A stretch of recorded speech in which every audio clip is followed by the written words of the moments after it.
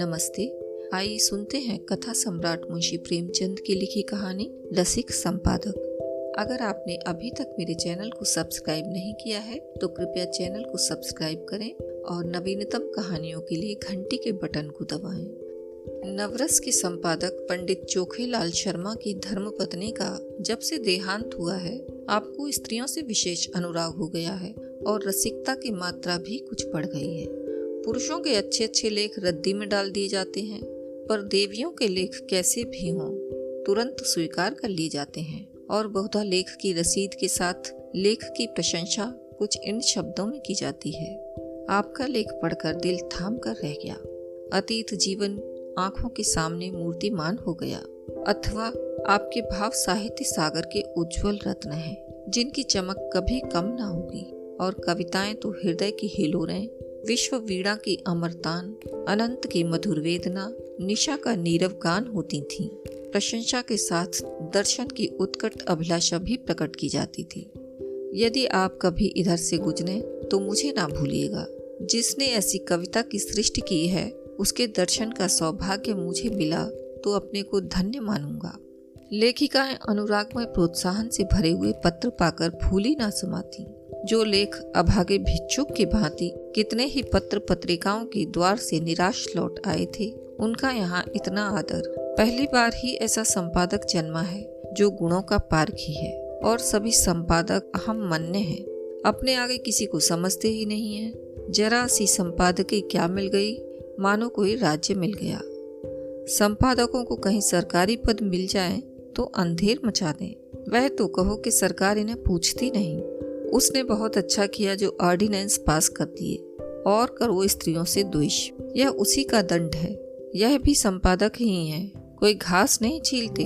और संपादक भी एक जगत विख्यात पत्र के नवरस, सब पत्रों में राजा है। चोखेलाल जी के पत्र की ग्राहक संख्या बड़े वेग से बढ़ने लगी। हर डाक से धन्यवादों की एक बाढ़ सी आ जाती और लेखिकाओं में उनकी पूजा होने लगी।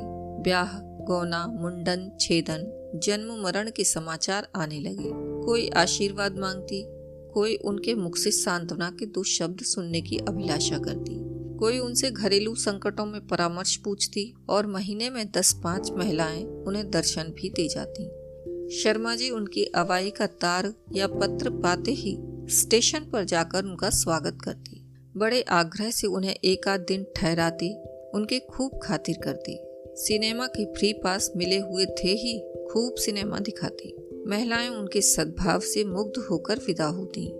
मशहूर तो यहाँ तक कि शर्मा जी का कई लेखिकाओं से बहुत ही घनिष्ठ संबंध हो गया है। लेकिन इस विषय में हम निश्चय पूर्वक कुछ नहीं कह सकते। हम तो इतना जानते हैं कि जो देवियाँ एक बार यहाँ आ जाती वह शर्मा जी की अनन्य भक्त हो जाती। बेचारा साहित्य की कुटिया का तपस्वी है।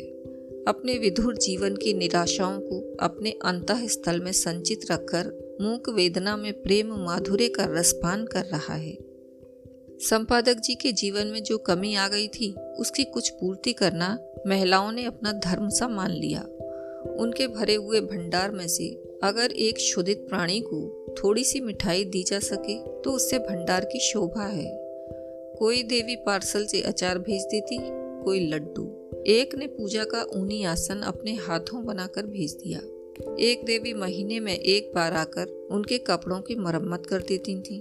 दूसरी देवी महीने में 2-3 बार आकर उन्हें अच्छी अच्छी चीजें बनाकर खिला जाती थी। अब वह किसी एक के ना होकर सबके हो गए थे। स्त्रियों के अधिकारों का उनसे बड़ा रक्षक शायद ही कोई मिले। पुरुषों से तो शर्मा जी को हमेशा तीव्र आलोचना ही मिलती थी। श्रद्धा में सहानुभूति का आनंद तो उन्होंने स्त्रियों में ही पाया।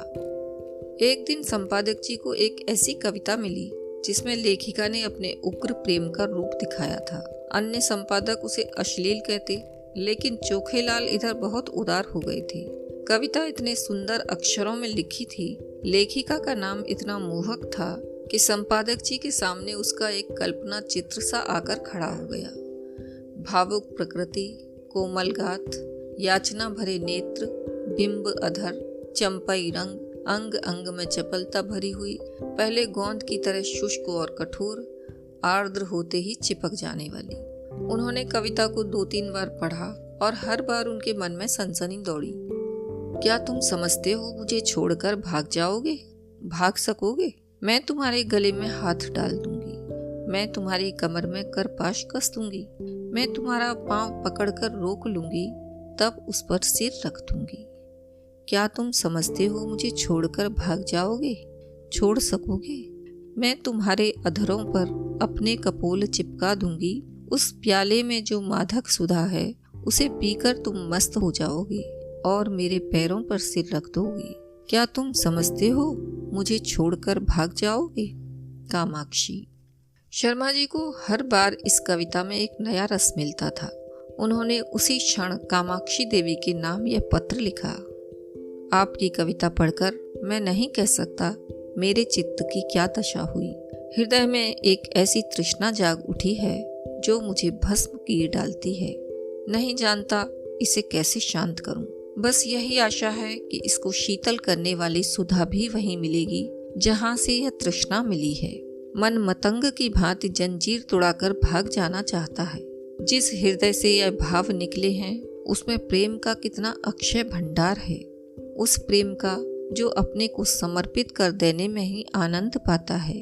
मैं आपसे सत्य कहता हूँ, ऐसी कविता मैंने आज तक नहीं पढ़ी थी और इसने मेरे अंदर जो तूफान उठा दिया है वह मेरी विधुर शांति को छिन्न भिन्न किए डालता है। आपने एक गरीब की फूस की झोंपड़ी में आग लगा दी है, लेकिन मन यह स्वीकार नहीं करता कि यह केवल विनोद क्रीड़ा है। इन शब्दों में मुझे एक ऐसा हृदय छिपा हुआ ज्ञात होता है जिसने प्रेम की वेदना सही है, जो लालसा की आग में तपा है। मैं इसे अपना परम सौभाग्य समझूंगा यदि आपके दर्शनों का सौभाग्य पा सका। सप्रेम। तीसरे ही दिन उत्तर आ गया। कामाक्षी ने बड़े भावुकतापूर्ण शब्दों में कृतज्ञता प्रकट की थी और अपने आने की तिथि बताई थी। आज कामाक्षी का शुभागमन है। शर्मा जी ने प्रातः काल हजामत बनवाई, साबुन और बेसन से स्नान किया, महीन खद्दर की धोती, कोकटी का ढीला चुन्नटदार कुर्ता, मलाई के रंग की रेशमी चादर। इस ठाठ से आकर कार्यालय में बैठे तो सारा दफ्तर गमक उठा। दफ्तर की भी खूब सफाई करा दी गई थी। बरामदे में गमले रखवा दिए गए, मेज पर गुलदस्ते सजा दिए गए। गाड़ी 9 बजे आती है, अभी 8:30 हैं। 9:30 बजे तक यहाँ आ जाएगी। इस परेशानी में कोई काम नहीं हो रहा है। बार बार घड़ी की ओर ताकते हैं, फिर आईने में अपनी सूरत देखकर कमरे में टहलने लगते हैं। मूंछों में 2-4 बाल पके हुए नजर आ रहे हैं। उन्हें उखाड़ फेंकने का इस समय कोई साधन नहीं है। कोई हर्ज नहीं, इससे रंग कुछ और ज्यादा जमेगा। प्रेम जब श्रद्धा के साथ आता है तब वह ऐसा मेहमान हो जाता है जो उपहार लेकर आता हो। युवकों का प्रेम खर्चीली वस्तु है, लेकिन महात्माओं या महात्मापन के समीप पहुंचे हुए लोगों को प्रेम उल्टे और कुछ ले आता है। युवक जो रंग बहुमूल्य उपहारों से जमाता है, यह महात्मा या अर्ध महात्मा लोग केवल आशीर्वाद से ही जमा लेते हैं। ठीक 9:30 बजे चपरासी ने आकर एक कार्ड दिया। लिखा था कामाक्षी। शर्मा जी ने उसे देवी जी को लाने की अनुमति देकर एक बार फिर आईने में अपनी सूरत देखी और एक मोटी सी पुस्तक पढ़ने लगे, मानो स्वाध्याय में तन्मय हो गए हैं। एक क्षण में देवी जी ने कमरे में कदम रखा। शर्मा जी को उनके आने की खबर न हुई। देवी जी डरते डरते समीप आ गईं। तब शर्मा जी ने चौंक कर सिर उठाया, मानो समाधि से जाग पड़े हों, और खड़े होकर देवी जी का स्वागत किया। मगर यह वह मूर्ति न थी जिसकी उन्होंने कल्पना कर रखी थी।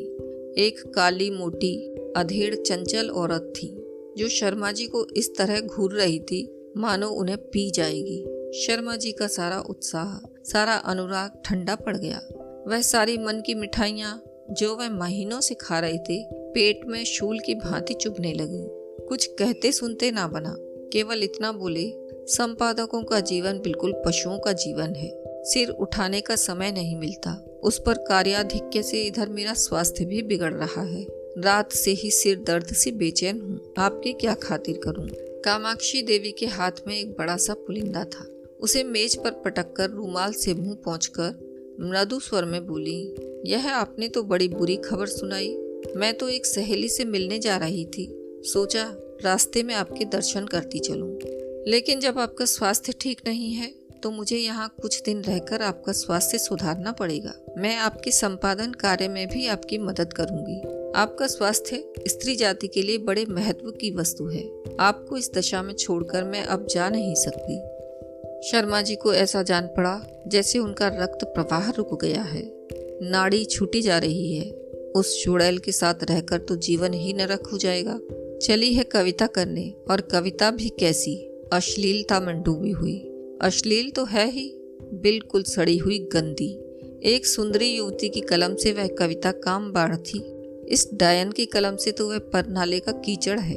मैं कहता हूँ इसे ऐसी कविता लिखने का अधिकार ही क्या है? यह क्यों ऐसी कविता लिखती है? क्यों नहीं किसी कोने में बैठकर राम भजन करती? आप पूछती हैं मुझे छोड़कर भाग सकोगे। मैं कहता हूँ आपके पास कोई आएगा ही क्यों, दूर से ही देखकर लंबा हो जाएगा। कविता क्या है जिसका ना सिर ना पैर, मात्राओं तक का तो इसे ज्ञान नहीं है, और कविता करती है।